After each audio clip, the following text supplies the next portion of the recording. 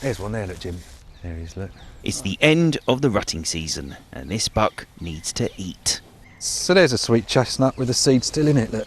And it's this high protein diet that's essential that will build up the strength of the worn out bucks for the winter. But the problem is they're not the only ones after them. More and more they're competing with people foraging for food. We've seen a sort of a tenfold increase in the visitor numbers over the last 10 years. And so with more and more people coming out, we're seeing more and more being taken. 2 or 3 carrier bags full of chestnuts, and we've had people with a few dustbin bags. There's also been a big rise in the use of foraged food on our restaurant menus, pushing forward the fashion of foraging.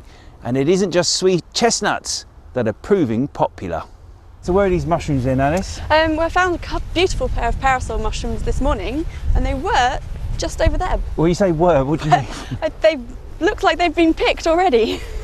They were parasol mushrooms, about this big, and they're so beautiful. We actually took a photo of them this morning. So this is what we should have found over there. Yes, so if you cut it down, you're basically taking away the ability of the fungi to reproduce, which potentially has a big impact on the biodiversity here in the parks. Some foragers would say if you remove that, it'll grow back. So why can't we take them sustainably?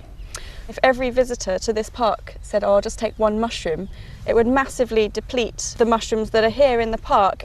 Okay, well this area is looking a bit better because you've got a bit more light coming in. And for foragers like James Grant, this is an overreaction, threatening an exciting renaissance in foraging. This is something you could just eat straight on the hoof. Technically, even just picking these leaves without the landowner's permission is against the rules. To ban all foragers and all foraging activity is coming from it from the wrong perspective, I think. But the problem is people are trooping out of places like this with bags stuffed to the brim of mushrooms and leaves and all sorts of things. I think we need to kind of get a perspective on what's happening, and the majority of people that are interested in foraging become closely linked to the ecology, and the world starts to open up to them. No doubt the bucks of old are looking down in bemusement at how humans foraging for fun is their latest competition. Jim Wheble, BBC London News.